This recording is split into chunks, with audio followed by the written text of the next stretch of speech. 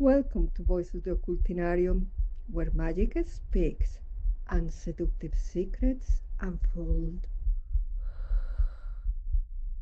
Hello and welcome to tonight's episode of the Occultinarium. We are the voices of the Occultinarium and your hosts tonight are Luigi. Adriana. Malay and Lynn. Thanks for joining. Tonight we wanted to explore some of the things that have inspired us in various stages of our lives, probably. And of course, we're talking about media that might have triggered something for us in a sense of the occult in some way or other. Again, this is a regular episode, so we're doing our little shebang with drawing a tarot card at the beginning of the show that we will reveal in the end. And tonight it's on me, and I brought out a little Dungeons and Dragons deck that I will since we're probably going a bit into pop culture, so I'll choose that one. Yeah, let's just go straight into it. Luigi, you've been wanting to talk about a very particular book for ages, The Alchemist. So that is your big thing. Take it away. Yeah, thank you. Honestly, this is actually funny because I was introduced to the book at a very young age, but I completely rejected it. I was like, why would I want to read this? There's no pictures in it. I was still at that stage of youth where you're like, unless it's got pictures, it's not interesting. So that's very bad of me. My sister, my twin, she was obsessed. I think she read it a few times. And I only got to it after teenagehood, I would say, and before the pandemic. And obviously, you understand why it carries so much weight to this date. I think I was looking at the list of the most sold books of the last century and whatnot. And I think The Alchemist is still in that category, like between top 50 or top 100. I'll have to double check. But but yeah, it's life changing. And I think something that not only drew me to want to discuss it, but something that also makes me feel like yearning to open the Pandora box, I suppose, is my theory and or belief, which I don't think is my own only. I think a lot of people may be feeling similarly, possibly, hopefully, the idea that a lot of artists, including writers, musicians, actors, and painters, a lot of people that are in the humanitarian crafts and arts, they are in their own way and in their own prime magicians and or witches, individuals that utilize magic, but on the platform and on the plane of art. And like in this case, the writer Paulo Coelho, not only in my view a magician, but apparently when you look into his life, he actually was. Apparently, he was part of a secret order called RAM, Ragnus Agnus Mundi, Mhm. which I think it means my Latin. But Ragnus is like kingdom, isn't it? Mundi is world. No idea what Agnus is, but I will look it up. But yeah, and now you can tell that all of his creations, all of the stories that he delivered, they have a flavor of the esoteric. This will make you laugh unless you didn't know. But there is a book of his also called Aleph, like the letter attached to the fool. So that's something that I'm looking forward to get to at some point. And in The Alchemist, again, I think that what attracts me to it, beyond the fact that it's an incredibly well written book, it just contains so much mystery and magic and a lot of the things that we study about hermeticism and tarot and whatnot. Even though tarot doesn't really feature here, I think. I know that he meets a fortune teller towards the beginning of the story, but I think she reads the palm. Yeah, I don't think she gets any cards involved. But yeah, like the beginning spent in a desert, which is a beautiful, sacred, esoteric place in itself, staring at the sky because the church or the monastery where he's sleeping with the sheep, the roof is gone. But obviously, at least it's hot, so there is this introduction to the realm of the stars, and that's where he connects and or channels his dreams, his prediction, his premonition, and then his whole journey. I think what I love about it is one, it's the journey of the hero's journey to an extent. The title, The Alchemist, like the character itself, makes only a very small appearance, but a very significant appearance. But I think the secret of the title lays within the journey of the book. Like the whole book is a journey of alchemy, and I think all that we do from a conscious or subconscious perspective has to do with the principles of alchemy. Even tarot, it's heavily influenced by the tradition of alchemy and vice versa. So yeah, like there are these beautiful lessons and morals and teachings of alchemy, of patience, of ambition, of again the true self, following the primordial callings that lead you to your true self, but also without giving the book away for the people that have not read it, please go and read it. But the idea that everything that you need, everything that you're searching for is exactly where you are. It's the world, in tarot terms, it's the world or universe and the fool Mhm. paradox. You know, everything is complete and yet everything is open for business. Well, not open for business. That's not the best way to put it. But the world is your oyster. It's an open road. But even though you're treading on the open road, you're still in absolute harmony and balance and completion.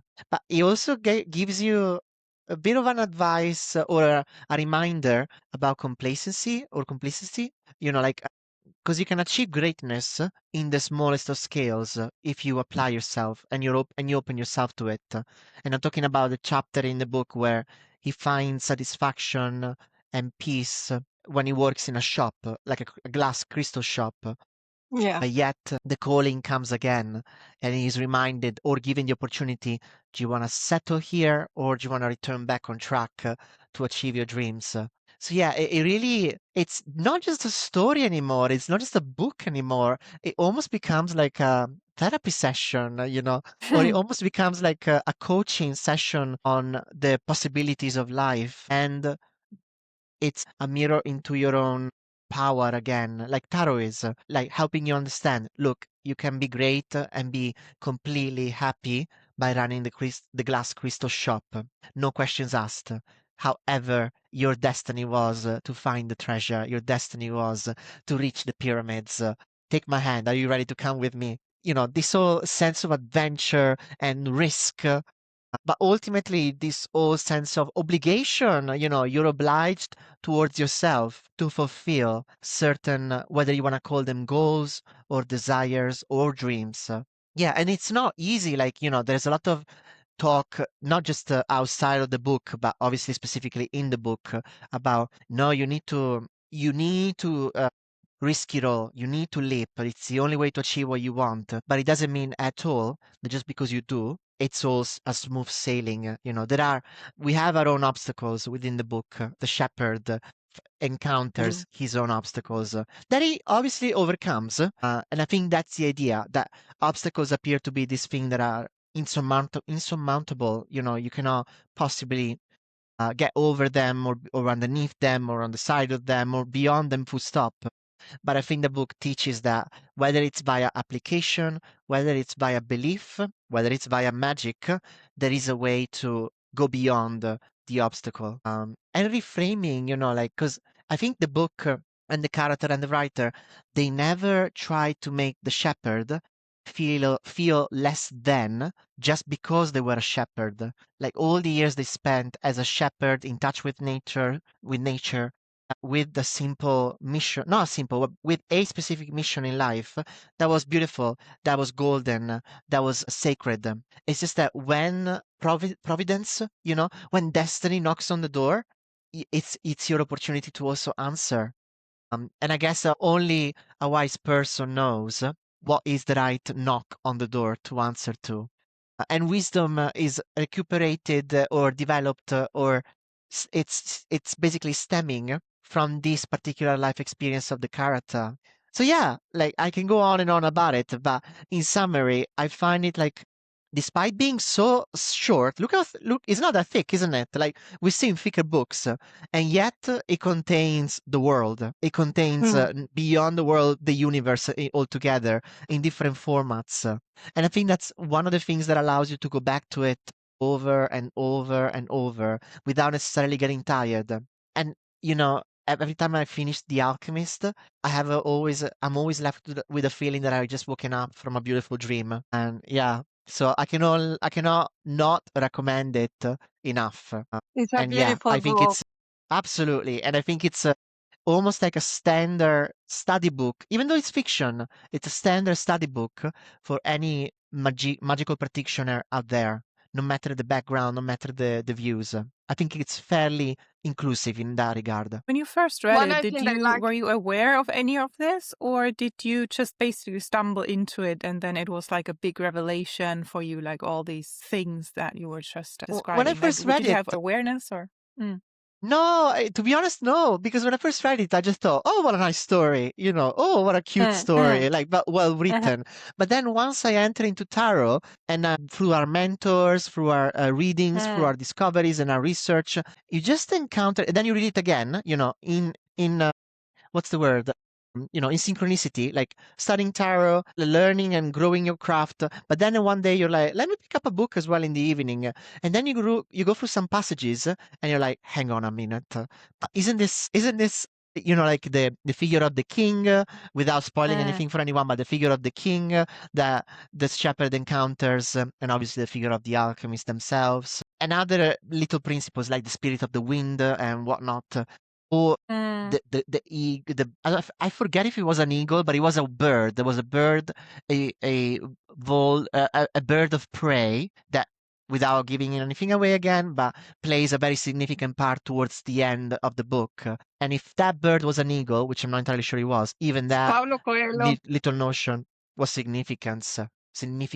I think that Paulo Coelho is a Brazilian writer, so they have these magical, like Latin American writers.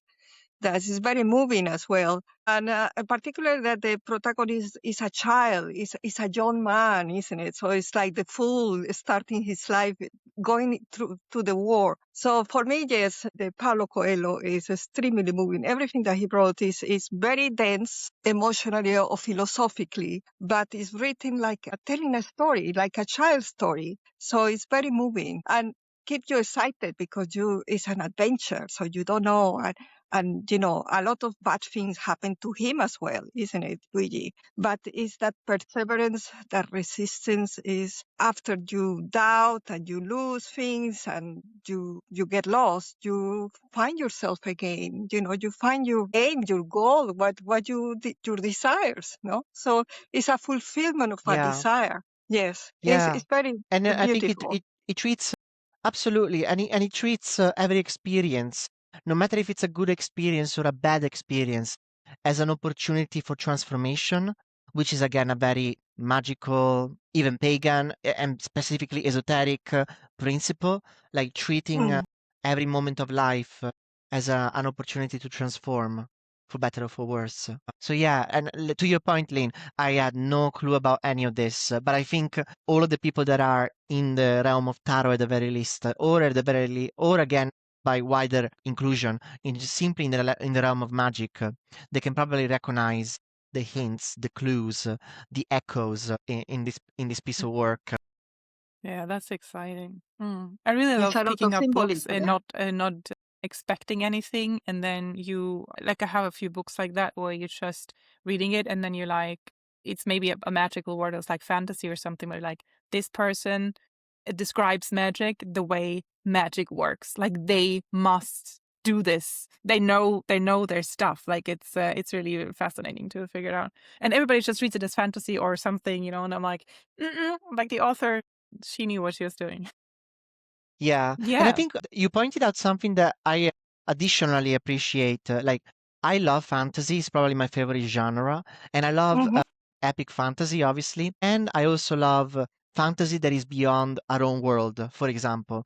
But I do appreciate that there is magic in this book and a level of fantasy in this book, and yet it's theoretically set on our planet in our lifetime. Maybe not necessarily the present, but maybe a way while back, before the time of technology and whatnot. But still, that he introduces magic on planet Earth and makes the mundane more exciting and more spicier, basically. Here. How about you, Adriana? What has your big, or what kind of big Yeah. inspiration do you have? Well, I'm very eclectic and I have many things. I think every period in your life, there is periods that arrive and bring some inspiration that help you to deal with the situation that you're passing through. So, yes, I have selected a few ones. Just I'm going to name it. Probably I'm not going so much in detail like Luigi in each one of them. I think for different periods in your life, you have inspiration, or you get like helpers, or messages somehow that teach you to overcome what are you living at that moment in time. So I think from childhood, but at school I studied with nuns, Catholic nuns. So it's very funny because they never gave us the Bible; they gave us the New Testament. So it was just studying Jesus' adventures, So it's more like the story tales of Jesus, how Mm. hippie and groovy, and how kind and everything is peace and love. It's like the hippie Jesus. So yes, for that I think you grow up with a perception of Jesus like a really very approachable and loving character. So yes, that's thanks to my nuns that they teach us probably the right way. But then you have the Little Prince, Saint-Exupéry.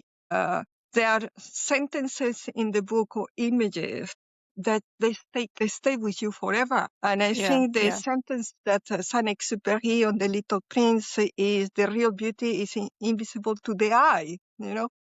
And That's one.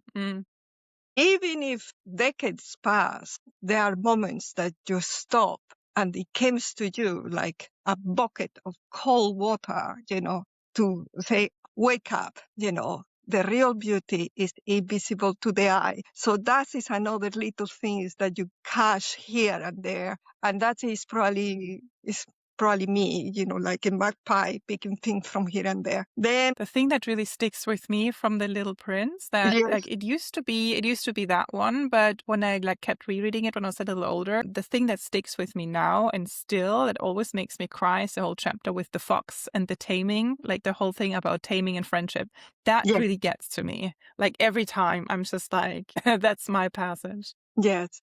Or the image in the book when the serpent eats the elephant, it looks like a Yeah, yeah, heart yeah, yeah. or something like that. Yeah. So yeah, there are little things here and there, or the rose. So Saint-Exupéry, I think, like Paulo Coelho, has the beautiful ability to show you in a very simple and like innocent way the biggest principle, the biggest truth from the soul. So I think he's a great example as well. Then life pass and so on. Of course, I mean the healing aspect of life, So I like a lot Caroline Myss. I don't know if you know her. She wrote Anatomy of the Spirit, of Sacred Contracts, and so on. So there are books based on healing. She was like an intuition doctor. She was working with doctors and diagnosing people and healing situations. So in Anatomy of the Spirit is when I saw for the first time the Tree of Life. I'm talking about 25 years ago, and talking about archetypes and how we interact with each other, and how situations that happen in our life has an rational understanding that you can trace and you can work on it. I found her very interesting. Otherwise, is Neil Donald Walsh with the conversation we got. Another guy who was very humble, a homeless man in the street, and he started having conversations with God, and he started writing books, and he became a millionaire, bestsellers all over, because it's that honesty and sincerely yearning for answers, for love, for kindness. Another person that I found that is very interesting is Sonia Choquette. I don't know if you have heard from there. She teaches you. I took some of her courses to develop psychic abilities and working with spirits and angels. And Sonia, she's quirky and funny, and I think she make angels and entities like very mundane and routine and things like that. You can communicate constantly, like you were talking to your best friend or something like that. And just a tip, there are beings that like in the fairy, it's not the hierarchy of angels or archangels or so on, but called the runners. And the runners are there to help you, like a little helpers that you can ask little things, mundane things like finding a car park space, for you. And to me it works because I always is calling runners, please find me a park space in this street, blah, blah, blah. And I always get a space. So runners, they work.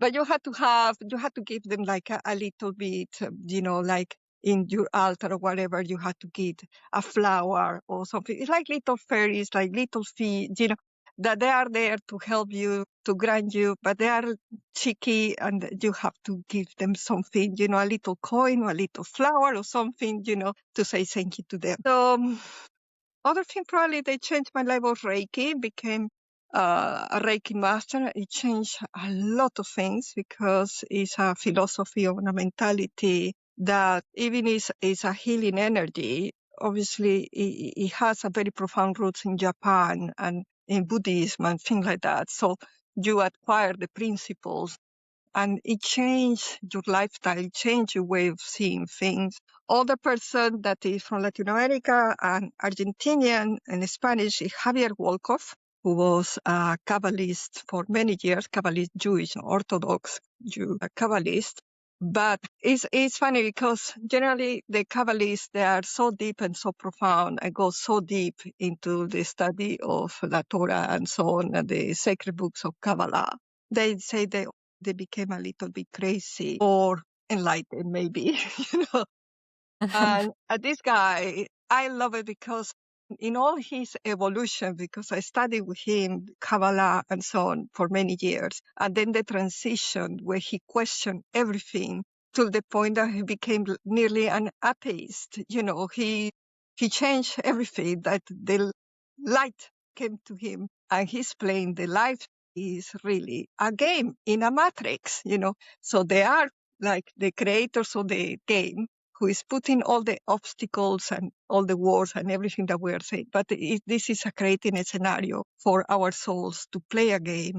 And, and to get over the game, you have to, learn some rules and play with magic, like geometry, sacred geometry, and so on, in order to create a greater understanding of your situation. So he gives you tools and for different aspects in your life and so on.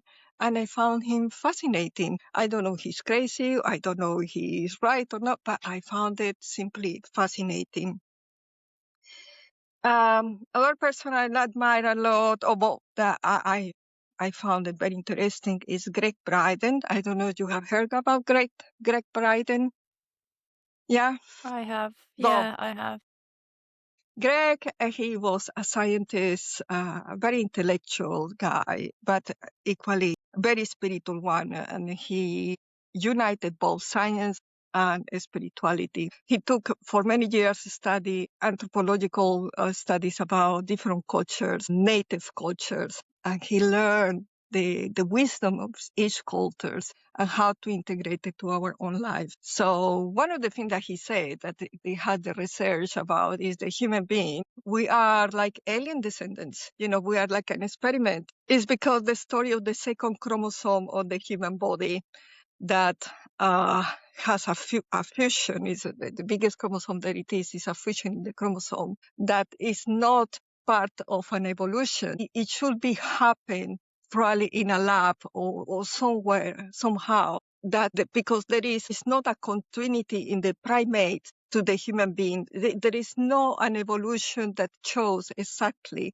how the second chromosome in the human being has evolved that became the modern human beings 200,000 years ago. So one of the theories is alien technology. And another thing that I like a lot is that he make very popular the Heart Math Institute that has been researching about the energy base in the heart, the magnetic field about the heart, and the neurons and the nerve cells, the intelligence that we have in the heart, and how we can align, and coordinate by breathing techniques and so on, brain and heart coherence, as they call the technique. I found that very good, very nice.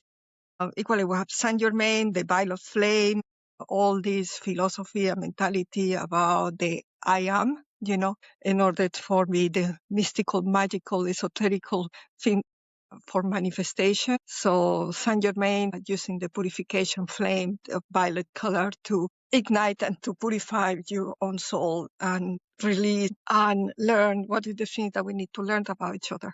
But lately, and that is very new, and it's the one that I think it will fascinate you, is Damien Echols. I don't know, have you heard about Damien Echols? Yes, I know Damien Absolutely. Echols. I've heard a few podcasts with him. Yes. Yes, Damien Echols. Very interesting person. I've known him since back in the day when he was accused for all these things. Yes, that's the Fascinating. story. A very long Yeah. time ago. But Yeah. Yes, right very. now, but Damien Echols, for those who doesn't know, he was an innocent guy who was accused of triple murder in Kansas in the United States, and he was in the death row for 18 years. I spent the It was during the last Satanic 8 years. Panic era. The last 8 years spent in solitary confinement, and he used that for magic, to develop magic, and he was exonerated. And right now I'm reading Angels and Archangels, a Magician's Guide.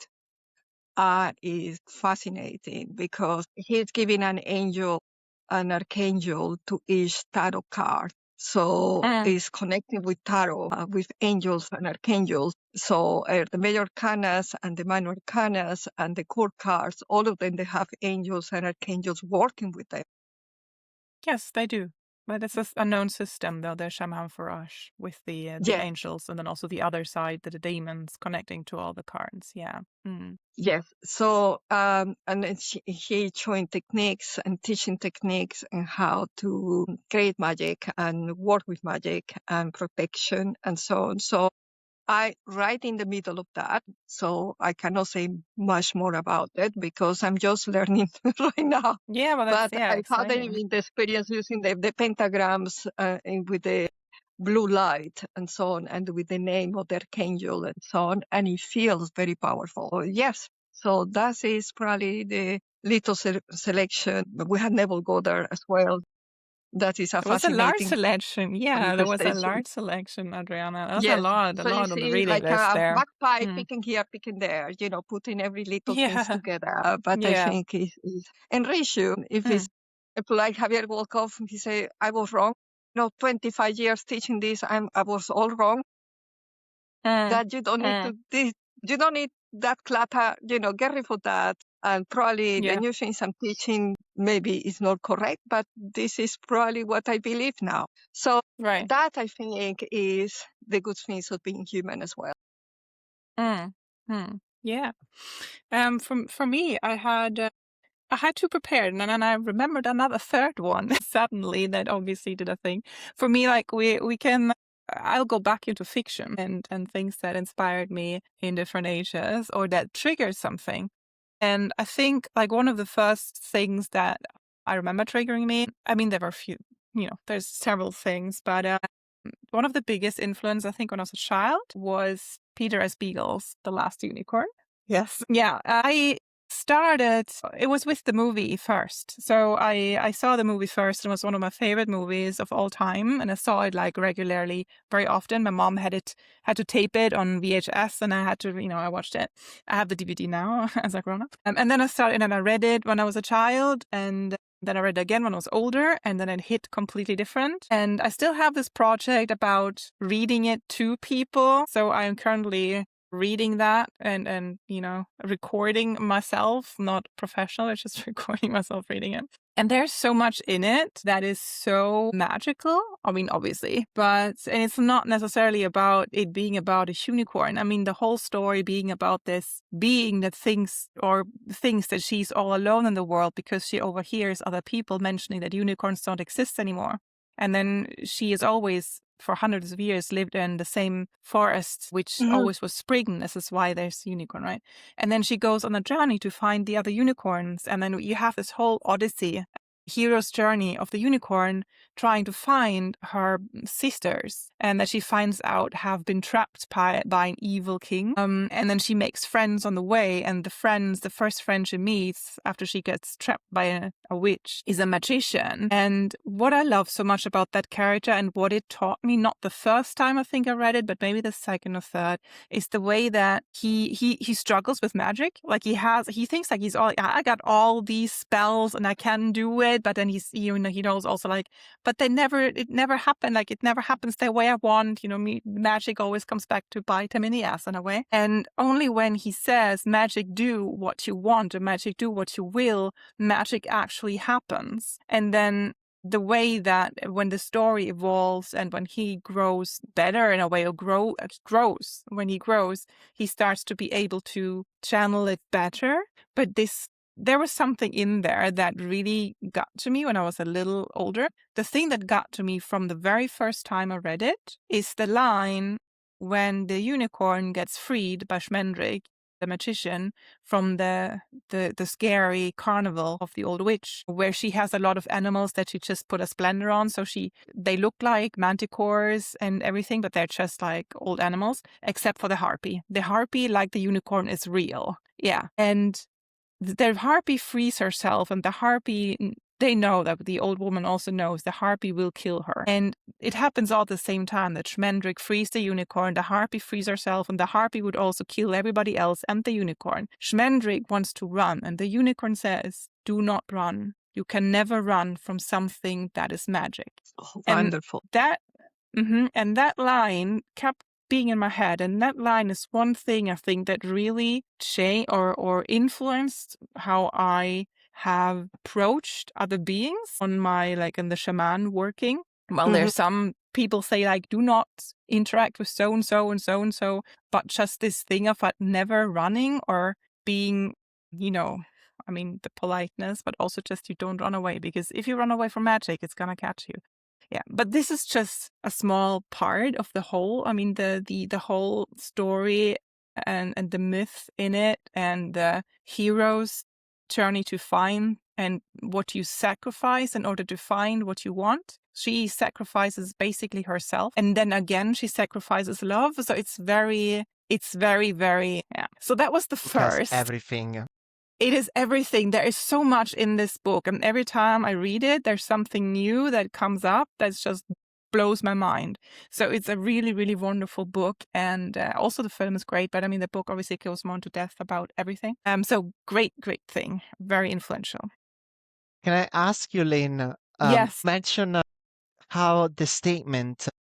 We don't have to go into much detail if nobody wants to, but I'm very curious now, because you mentioned about the statement, "You must never run for anything immortal or anything magic," and how that Immortals, struck a chord. Isn't it funny though that just a few moments, but a few chapters later, she does end up running away from the Red Bull once she comes in contact with him, isn't it? That's kind of So I wonder, yeah. So I wonder, well, it's one of those cases like when an individual that has an immense amount of wisdom. Obviously, I can't compare myself to a unicorn, but yet they do not follow their own piece of advice or their own pearl of wisdom. We don't know. Yeah, we don't know what would have. I mean, what we think would happen is that he would destroy her, right? But because the Red Bull is the only purpose he has, and the only thing that he has been created for is to catch and the unicorns / kills the unicorns, right? So that just hits you on a very, very visceral level, and you cannot do anything. And if you're just this one small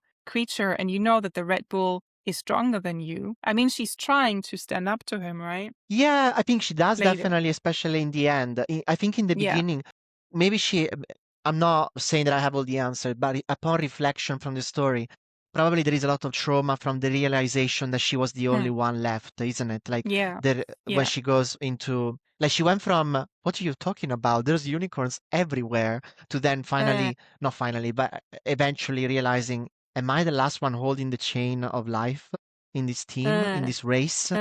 So maybe there is a huge primordial instinct of survival kicking in when she comes across to the creature that has allegedly decimated all of her kind. So yeah, but I just thought it was interesting because you pointed out the impact of the line of that phrase, and then I was reflecting on, oh, but I wonder if the unicorn went back on her word by running away from the bull. I wonder whether she did. Obviously she makes up for it in the end without spoiling anything. Like in that moment, I think she's probably in a kind of more not depressed state, but I mean that she's kind of given up, and then she's more from then earlier when she was just her true self, and then with all the harrowing things that happen and the realization, she gets weaker in her own self, and then that. Yeah, that's true. And I thoroughly love the character of Molly Grew. I think that's she's amazing. Such a relatable character, and her encounter with the unicorn makes me cry. Where have you been? Nonstop. Where have you been? know. I really feel that on a very deep level. I know. For I know. other things, immortal. Yeah. And Yeah. definitely a Yeah. story that stands up and stands out both in its source material and in its cinematic Adaptation. version.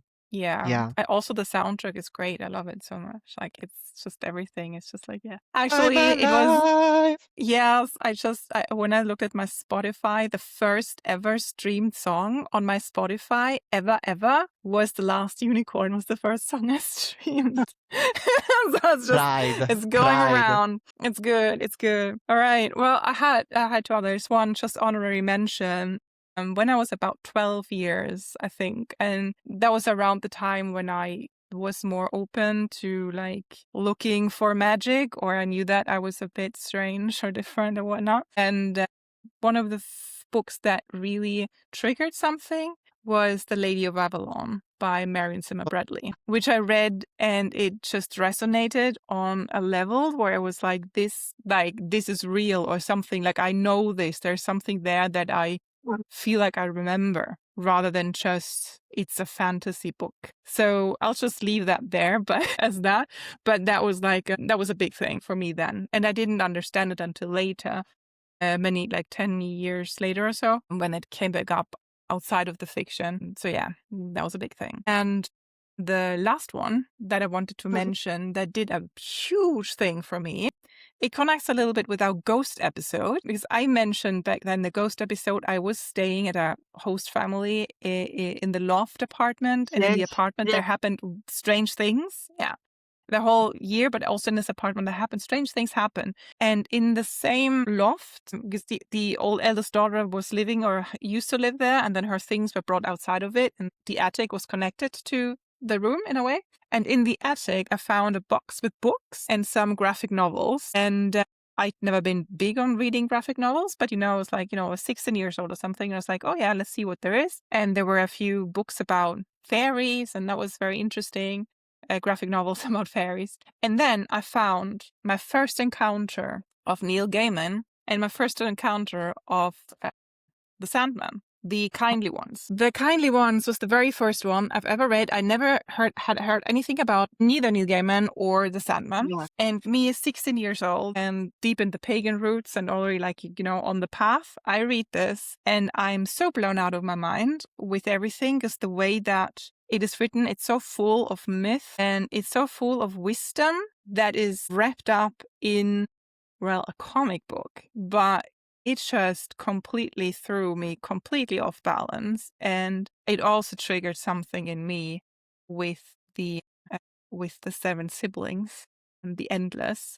And the endless, and the concept of how the entire world is ruled by these entities like dream and desire and destruction and destiny and despair and delirium. Did I forget one? Maybe. Morpheus and death. Well, Morpheus is a dream, and death, yes. Well, yeah, dream, death. The Sandman himself. Have you seen the series in Netflix? Yeah, I've seen it, but yes, the first season anyway is very good. But anyway, the actual graphic novels are fantastic. And I started with volume 9, which is interesting because it's kind of the end, in a way, an end. But then I kept going in that way, that I did not start with one and went through, but I just went random. And that was one of the best decisions I've ever made, to go random, because I kept finding this, now this makes sense from like volume 8, and now this makes sense from volume 4, and so on. But yeah, the entire mythology, everything in it, and the whole thing about the dreaming, the world of dream being this separate world. It's like when you dream, because the idea is that when you dream, you enter the dreaming, and Lord Morpheus makes the dreams for you as well. But the idea that even when you enter the dreaming, it is an already established world that has its own rules in which you exist as you dream, but it has its own rules and its own denizens, and they also abide by their own rules. On this, for me, who's a person who has written dream diaries since I was 7 or 8 years old, I've written down my dreams.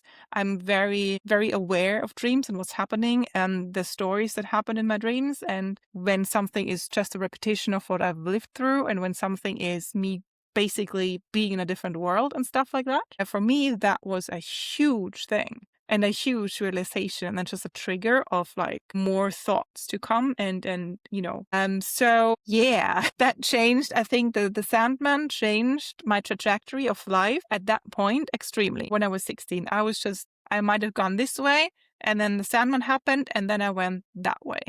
In And then from particular, that way, the conditions and how, because it was in that haunted place. yes, I love to see it, the connection. It's It's just all the like the atmosphere spirits. it was around. Maybe it was a dream, or maybe it was, the Sandman giving you destruction. That stream. Yeah, you know what? It was the spirits that were really like, here, bang, read this. I was really like, it was like in my face. It was like, poof. I was like, oh, I need to read this. I'm reading it. I'm blown out of my mind, and my whole life changed. So yeah, that's that's it for me, I think. Well, I can spin off of that because if you can see, what I have in the background is actually Death over there and She's Sandman dead, yeah. over there. Wow, so it's always they so have small. I been never there saw all it. along. They're My very, God, they're very it's so small, small. but they're there. Oh, I love it. So That's so, they're there mm-hmm. with a dragon in the middle. Yeah, meant to be.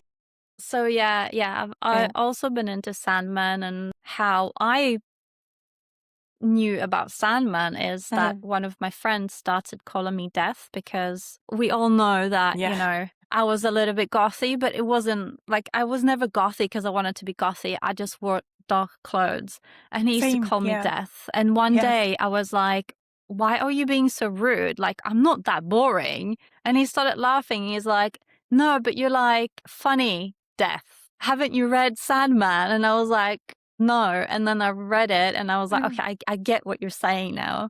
Because that sarcasm, he felt like he was more saying that you might look like the boring goths that are always sad, but you're actually really funny and sarcastic. So he called me Death. I really did not know where to start with this, because there was just so much. Now hearing all of you, it's like, oh yeah. There's just so much to pick from. But there are two things that I kind of like picked out just randomly. And I don't know if it's really media as such, but I've always been into symbolism. And when I was a kid, I used to have like dictionaries of symbols and things. And when I got older, obviously you stop reading things. And when I got into more of like understanding this whole conspiracy theory, things also changed. I always thought that you have symbolism in things that are like occult, things that are hidden. You have to kind of look for it. You have to read books. But actually, it's just there. It's there in plain sight. And something that has impacted me quite a lot is to look, just keep my eyes open for symbols out in the open, as in ads, for example, ads in shops and photos. It's filled with symbolism, and it's crazy. The more you know about it, the crazier things get. And also in music and media. And it's just so mad, because, when you're younger, you have favorite bands or favorite designers, or you like certain brands and things. And then once you read upon how maybe their logos became, or how, they take photos, what's in the photos, what is different gestures that they have, what are the different symbols that they use, what does it mean, why is it there, why are they standing in a certain way? And for a very, very long time, I became obsessed with finding these things everywhere I went. And I used to drive my friends crazy, because I remember like in the beginning you get like, yeah, but look at this is this, and this is this is why it's like this. And people are like, Emily, why can't you just enjoy a nice picture? Why do you always have to look for things? But I still do it, but obviously because it's been there for so long, I'm not like as excited about it as I used to be. But I find that really fascinating, that it's not just specifically is not just in words, but if you know how to read a picture, if you know like symbolism, or if you know what a brand is or what the band stands for, and if you kind of dig around, you can find so many interesting things, and obviously is attached to a lot of conspiracy theories in itself. But even previous to ads and previous to pictures, now, I guess I've been lucky because I lived in London for so long. But if you just go out and you look at houses and buildings, and because we always say like architecture, oh my God, this is so pretty, this is an old house. It is filled with symbols of who owned it and different aristocracies or different, obviously, occultic symbols. So you have, the Freemasons are everywhere. Obviously, I always talk about Milton Keynes, for example, if anyone has been there. It's a town that is built, I think it was 66. I always been into looking for symbols, and it's a very new town. But if you go there, the first thing they have like these strange statues, and this is so strange because like obviously conspiracy theories. No, this is definitely some kind of symbolic demonic thing. But then it was the town is very straightforward. You walk down, and on the ground, there's loads of metal plaques with different symbols. So in my head, I was thinking, I bet there's some kind of underground dungeons or something. No, but there's some kind of underground things for sure. There is a Freemasonic temple, and you have the pine cones on buildings. And mind you, this is a new town. So you think everything's supposed to be just pretty, The pine cones are there because it's pretty. But these Egyptian things on the buildings in London, it's just there because it's pretty. All these like symbols, but because it's pretty, because they built pretty things. Like, no, it's all symbolism is there and it speaks. And if you know what it means and you go there and you look at it, you will know, who is the owner, who has been there for thousands of years, probably, what was there before. I just find it really fascinating. I jump too much. Yeah, Milton Keynes, in the towns, you have loads of different symbols on the ground, in the buildings, new town. And then there's a shopping center. And the shopping center it's nothing special. It's just really plain. It looks a little bit like a prison with shops. But it's very like plain. And even there, the way it's built, it's very strategic. And they have these owls that are looking at you in the little courtyard they have. And everything is just like symbolic. And I don't know, Milton Keynes, MK, I'm not sure if that has anything to do with it, but you can speculate if you want to. I feel we have to do a corner of chaos talking about symbolism a bit more. But do you have a particular, like just one specific thing if you remember, like because you started you started this off with like ads and things that you saw, pictures you saw that you annoyed your friends with. But do you remember any particular image that might be known to people, or there's like a symbolism that is very obvious to you, but most people just wouldn't see it? Do you remember anything off of the top of your head? It really depends if people actually care about this stuff or not. There are very obvious symbols when it comes to all the butterfly symbols, for example. There's just so many, specifically when it comes to music. There is just this whole like monarch butterfly thing. It depends if you are you into, some kind of brainwashing MK Ultra thing, conspiracy or not. If you are, then, it can actually mean mind control. But if you're not, it can also mean it's a change, which in itself, both are right because it's a change. But also then it depends where the butterfly sits and the clothes they might wear. There's a thing with cheetah prints on clothing and stuff also comes up very, very often. Cats in general, so it's a feline thing that has a specific thing about it as well. There's a lot of hand gestures and symbols as well. It's very common that they're covering one eye, for example. And that's also saying... In makeup also, often I think makeup has often have that, right? Yeah, absolutely. Sometimes it's just, pretty, but there's a lot of things. If you're looking at really old photos, for example, a lot of Freemasons that were a certain grade, they put their hand under if they're wearing a coat, so they kind of put it inside a coat. And sometimes, there's like there's loads of different poses and things. And I think most people don't think about it because most of the time you're just posing because it looks good, But everything is extremely calculated, whether it's good or not. Media in general is, it's about, I guess, money as well, and also to show you who the boss is. Yeah. One symbol can, as we know, can mean so many different things as well, but depending on what context, but depending on where it comes from. But if you kind of know the basics and you start looking for just little things in everyday life, it is very fascinating and interesting. Just grabbing like a Vogue magazine, and it's funny how many of the models have very similar poses, or they taking photos in a very similar way. So it's just very interesting. And I guess a lot of the photographers, they could be Freemasons, so they just very into symbolism and things. I mean, it's very common.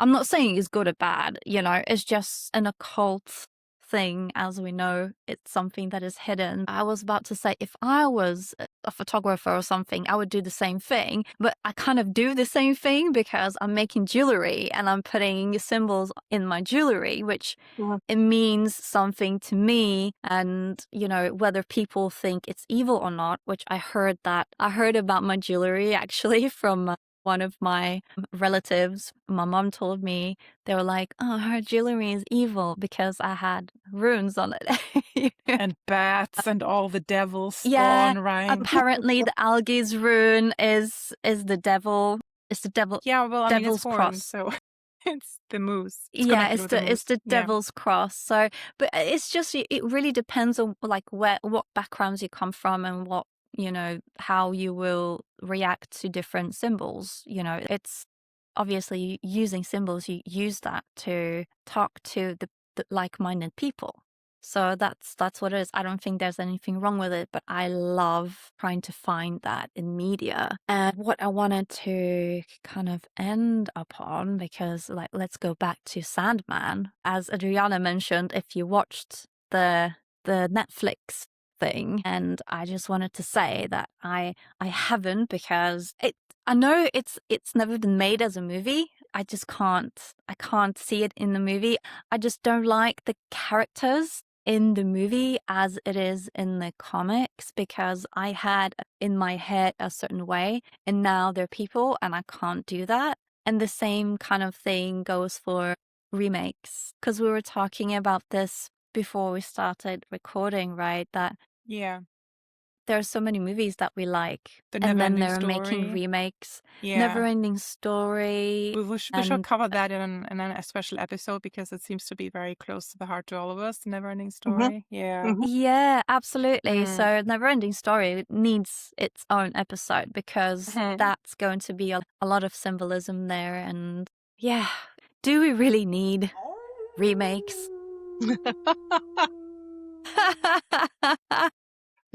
That was for the Lost Boys, right? That was for the Lost Boys. That was also for the Never-ending Story, because there's also like this big the darkness. Gmor. The morgue.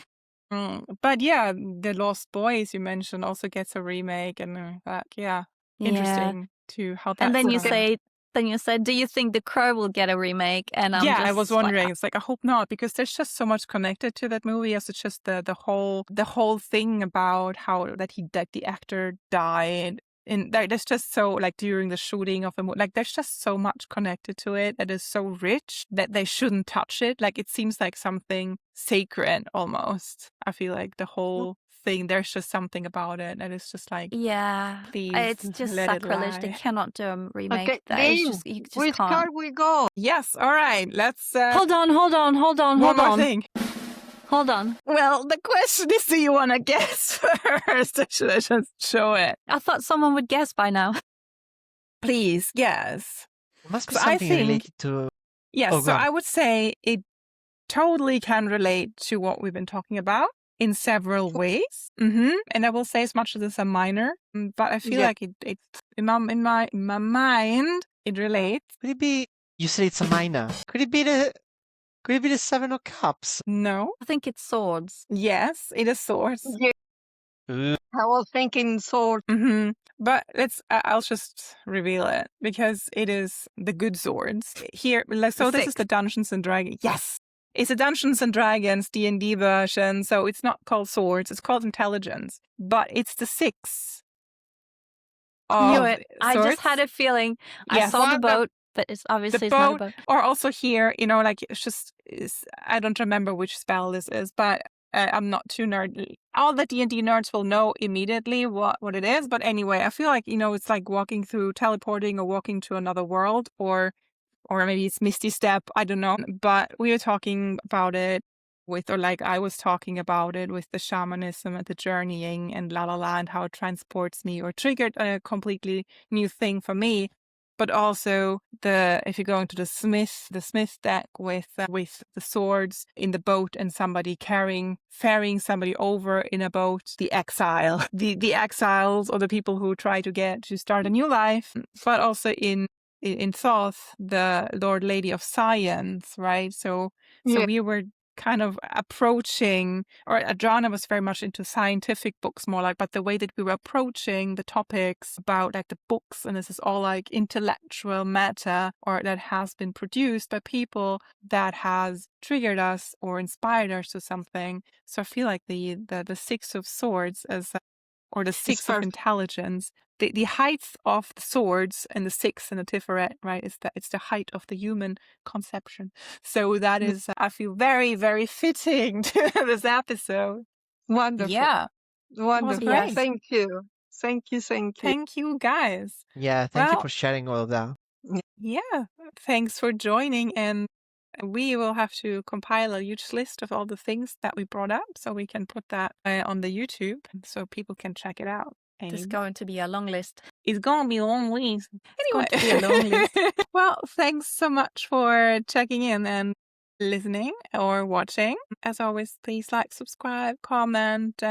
Please tell us what kind of things inspired you if you're on the path of the occult. If there's anything of the things we mentioned that you connect with. I'm pretty sure everybody has read The Little Prince, and it's probably close to the heart to many people. Share your favorite lines of your favorite books and whatever inspired you. And see you in the next round. Good night. Bye. Bye. Bye. We are the voices of the Occultinarium. Welcome to the rabbit holes.